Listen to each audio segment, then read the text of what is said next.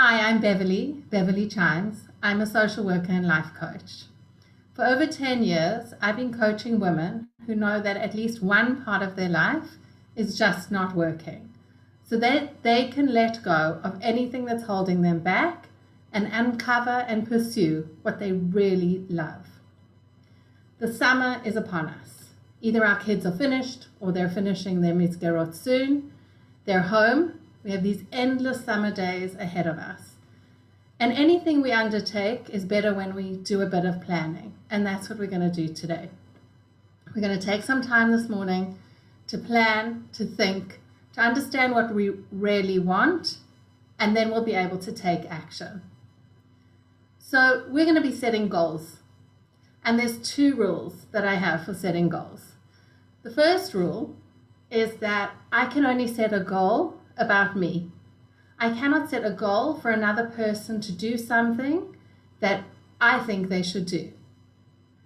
Goals can only be about me deciding what I need to do by myself, for myself, my own actions.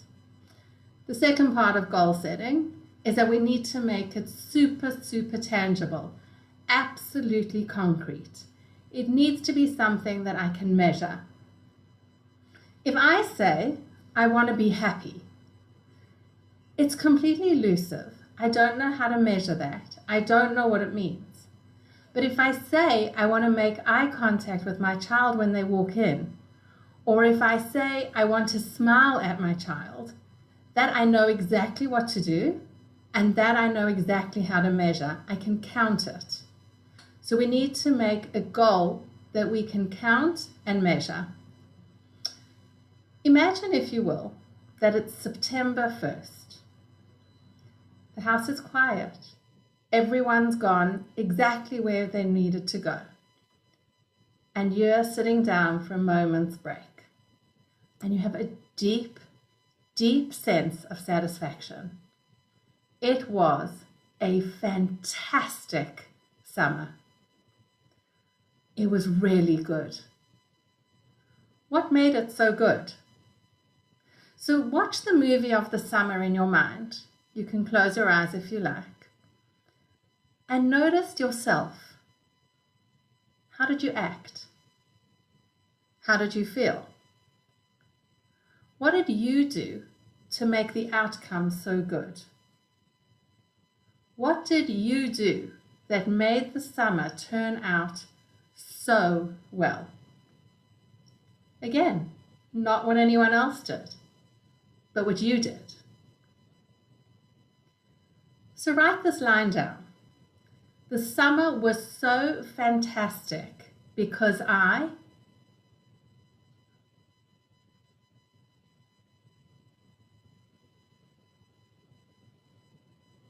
And this is your aim for the summer. For the summer, I will, and write down again whatever you wrote down before. And this is the basis on which we're going to build all the other pieces. This has to be the beginning. And if we get nothing else out of today and we take this, we've won. So in order to support the goal of how you are that affects the family, we need some tools. Because it's nice to have a goal, but we need a way to get there that's concrete also. So what are boundaries? Boundaries are rules and limits that we create in our home. Often people don't set boundaries because they're scared no one will listen. They have no idea how they're going to enforce the boundaries.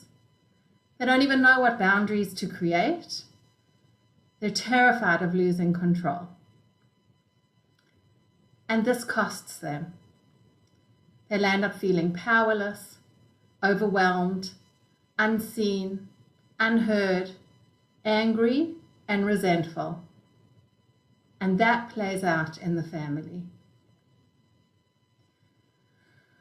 When we start setting boundaries, we have to understand we're creating a change. Imagine we were dancing the waltz, and now one of the partner starts to cha-cha. The other partner can no longer waltz. They have to change to the cha-cha. We're the ones changing from a waltz to the cha-cha. We're the ones about to create new rules and boundaries, and we're creating a change in our family and in our system. And there is going to be pushback. There's going to be an adjustment period where, oh, it didn't land so well, I'm shocked. No, we're expecting it to maybe not land so well. We're expecting a reaction from the family. But if the goal is important enough for us, that's okay. We're going to wait through the reaction period, and we're going to follow through with everything we decide today. And we know it is for the greater good of the family. And when we've got boundaries in place, so many things become possible. We can be more laid back, which sounds counterintuitive. We can be the active, responsible parent we want to be. We can take charge. And we can be fun-loving because we've created the framework in which then we can relax. In order to set any boundary, we have to decide whether or not we have the right to set that boundary. So think about this for a moment. As a parent in the home, do you have the authority to create rules? We're not discussing how they're going to be received, but we're only discussing whether you as a parent have the right and the authority to actually make a rule. You may be nervous about your children's reactions, and we're going to set that aside for now. And coming out of the year of Corona, many homes are not running like they used to. Many institutions, the whole world's not running like it used to. So our homes are also not running like it used to. And a lot of boundaries may have been fudged, and things might be really different now. So even now, having coming out of Corona, the question remains, do you have the right to make rules in your home? Now, if your answer is no to that, we need to have a serious conversation before you can go further. But if you fundamentally believe that you do have the right and the authority to create rules and boundaries in your home, then we can proceed. So let's discuss some guidelines for making boundaries. Don't make it if you won't stick to it. If there's a boundary that you do not feel you can enforce, or you're not even sure you actually want it, don't even go there. Just don't make that boundary. Be trustworthy. Your children need to know that you stand by your word, that you say something and you follow it through and you stick to it. They need to know that your word counts. Less is always more. Rather have 2 boundaries that are being stuck to than 10 boundaries that are being ignored. Be precise in your language. Our children would never voluntarily manipulate us. But if we're not clear, we're giving them too much room to mess with things. Be extremely precise in the language of the rule that you're creating. Involve your children. You've heard of family meetings. If you have an idea that the house is, say for young kids, the house is super messy, and you gathered your children together and had a conversation about how can we operate in a way that just keeps the house less messy. You might be really surprised at the ideas that your kids come up with. And when our children are involved in a communication process, they're going to buy into the rules much more easily than if we just dictate the rules to them. With an older child, you can actually have a conversation about what should your curfew be. When I used to give one of my children a curfew, she always pushed it to the very last second, or she would come in 4 minutes late or 3 minutes late, but always pushed it to the very edge.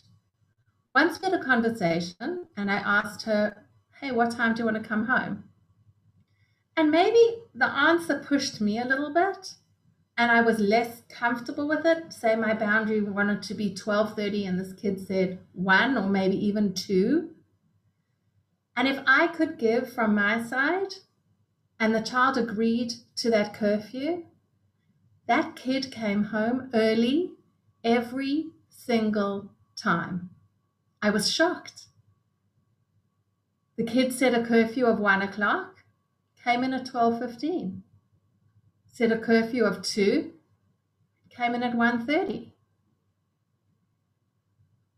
It consistently worked out that that child kept the boundary because they felt that they were a partner in creating it and they felt respected, that I was willing to listen to their requests. Any boundary has to have a consequence.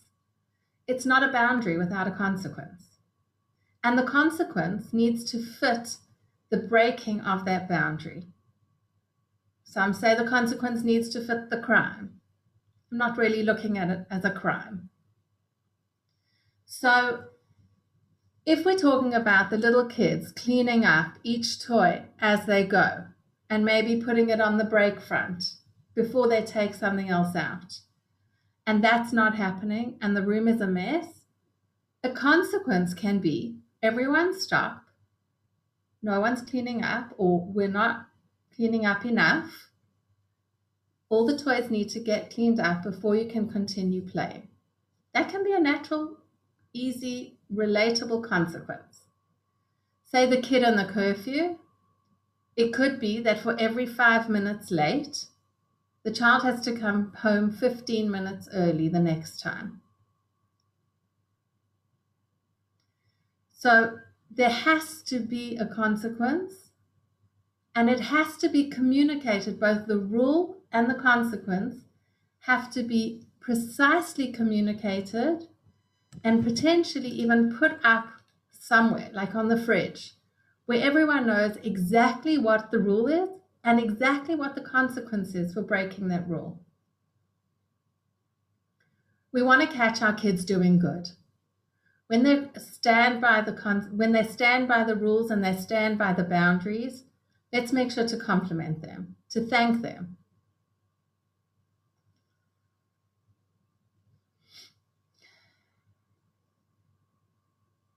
And say one kid is actually listening to a rule and another child isn't.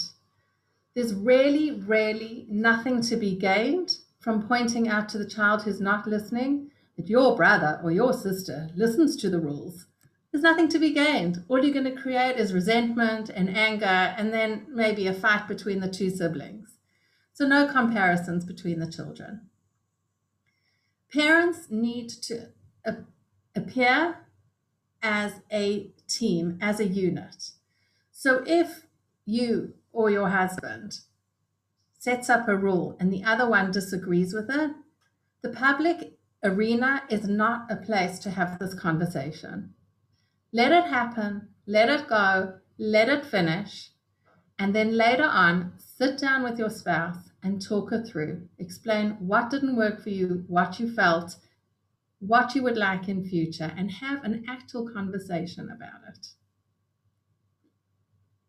So keeping with the idea of less is more, think of 2 non-negotiable rules that you want in your house for this summer. Only 2. What would they be? So take a few minutes now. Is it time of getting up? Is it curfew? Is it making your bed? Is it washing the dishes after you've used something? What are the two absolute fundamental rules for you, for your family this summer? And if you can't finish doing that now, you'll finish that later.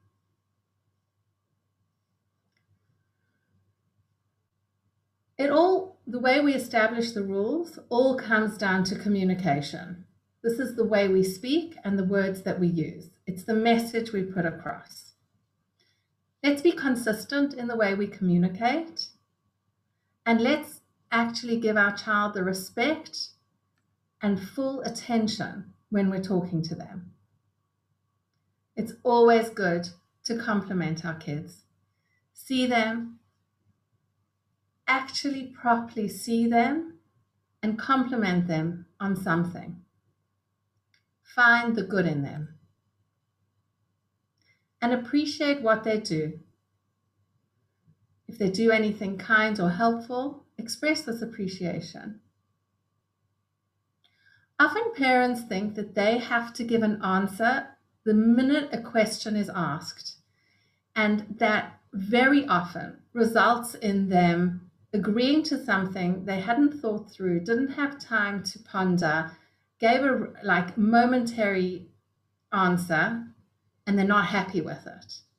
So what if I told you you're allowed thinking time? You're allowed thinking time.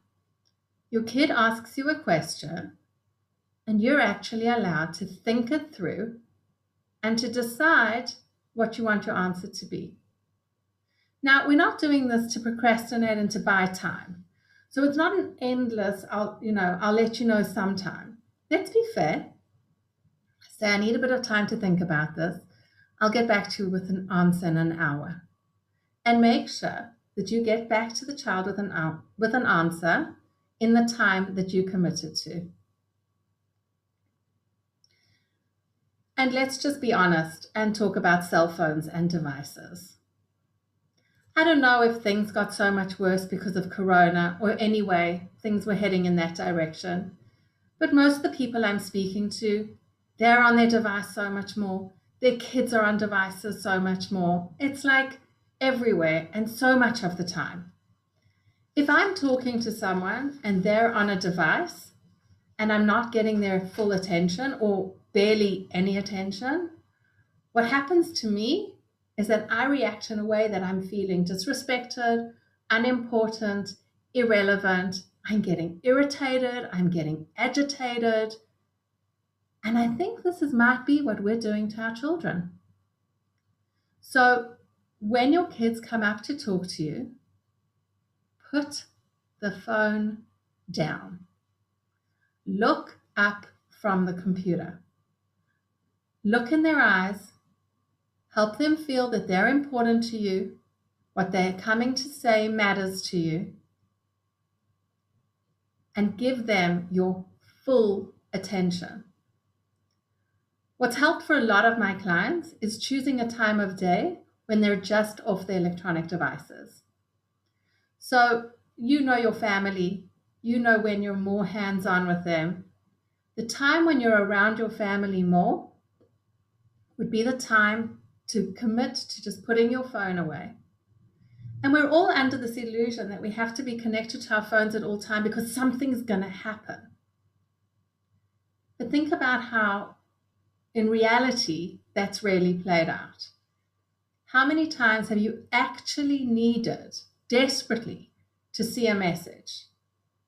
If someone needs you urgently, they're going to phone you. You don't have to keep checking Facebook and WhatsApp. If there's something you need to know, it is going to come to you in a phone call. So that's a commitment that we can make to our children, that we're committed to connecting to them, and we're committed to seeing them and engaging them in a meaningful way. The summer is long. It's really hard to be on 24/7. If we're not going out to work, the kids are around always. If we are going out to work, they're phoning often. We're on. And you know the saying, you cannot pour from an empty cup. So we have to make sure to look after ourselves. We need to put the basics in place. Now that means enough sleep. It means drinking water, eating healthy meals, taking some time out for you. Do something you enjoy every day. Now, often when I mention that to a client, they're like, I enjoy vacations. I want to go on a cruise. That's not what we're talking about. We're talking about a small action, maybe 10, 15 minutes every day that you love to do. It could be putting on music and dancing. It could be painting. It could be sitting down to a healthy meal. It could be chatting with a friend. It could be gardening for 15 minutes, taking a walk, run, an exercise class, talking to someone who you just love and really enjoy hanging out with.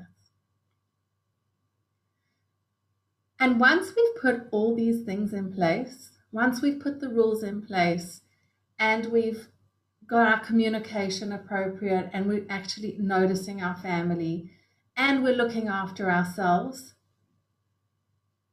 we need to let go. We are not responsible for someone else's reaction.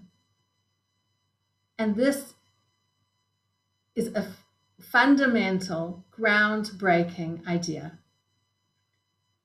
Our job is to lay the groundwork for something and then let go. Release the outcome. Now, imagine you have set up an outing and the family's going to the pool. And one kid says, I hate the pool. I don't want to go to the pool. And I can't find the green towel. And without the green towel, I'm not going to the pool. You have a choice at this point. You can look for the green towel. And you can also say to the child, because you're so upset, all of us are not going. And trash the entire activity. Or you could say, you're really important to us. We'd love you to join us. We're going in 10 minutes. I hope you come with us. And 10 minutes later, walk out the door. Now, a lot of people feel really uncomfortable when I first mention this kind of idea. What do you mean, walk out the door and leave a child at home? It has to be a child who can be left at home. We're not talking about a 3-year-old. But the way someone else reacts does not need to determine what the entire family does. The way someone else chooses to pick up, drop, or react to something does not need to determine my mood. I can be okay, and that kid decides they just don't want to come today. They don't want to be part of this. They're angry, they're frustrated, they're sad, they're tired. That's not on me. That belongs to them, and I need to make really sure in my mind to give it back to them and take the action that I think is fully reasonable for myself and for the rest of the family. I used to, years ago, set up shiurim for the Chagim, and I would gather all the speakers and I would make sure to have a venue, and then I would advertise the shiurim. And people would come into the shiurim and I would double check the venue, and I would compulsively count how many people had arrived. And I would look at their faces to see whether or not they were enjoying the shiur. And I was so stressed out. I was completely stressed out. And I couldn't keep doing it that way. And I realized that I had to change something. So yes, my job was to find the speakers. And my job was to find the venue. And my job was to advertise the shiurim. And that's it. And then I needed to arrive at the shiurim and let go. Let go of who was listening, how many people had come, what were they thinking of the speaker, was the speaker feeling comfortable in the venue, At that point, I had set everything up and I needed to let it go. So we're creating different opportunities for our family. And imagine if the outcome has nothing to do with you. Let it go and let people accept it however they choose. The choice really is in your hands. You can choose to set things up and not take responsibility as to how the others pick it up and react. So let's review what we've discussed today. We've created a goal of the mother that we want to be over the summer. Post it somewhere so that you're going to remember it. We've spoken about creating 2 non-negotiable boundaries with their consequences and how to communicate those to our family in a gentle way. We've discussed communication and that you're in control of how you choose to communicate. Make eye contact, see and listen to what people are saying. And if you need, take some thinking time. And you can only do all of this if you're looking after yourself, meeting your basic needs, and also doing some things you really like. And then let go. It's not our job how things are received. It's our job to set up what we can. So laugh, kick back when you can, and enjoy the moments that you can grab over the summer. If you would like some more one-on-one guidance, please be in touch and let's set up a time to work on your summer and design it specifically for you and your family. And the kinds of things we would work on would be establishing your authority, both with your husband and with your children. We would discover and look at and untangle all the emotions and thoughts around parenting, including powerlessness, frustration, anger, guilt, resentment, fear. And we're going to learn skills and tools to equip you to be calm in the summer. We can look at our communication and break down exactly how you're communicating with your family. Examine the words you're using. Different children like to eat their burgers in a different way. Or maybe communication's the same thing, and we need different flavorings and different ways of doing it for different children. We're going to learn through experimentation. And self-care, if you're not taking care of yourself, we need to figure out why. I don't think you're important enough. Maybe you don't think you deserve it. Maybe you don't even know where to begin. So reach out to me and let's set up a time and let's see how we can let you be the mother and the woman you really want to be. Thank you so much for joining me today. Thank you.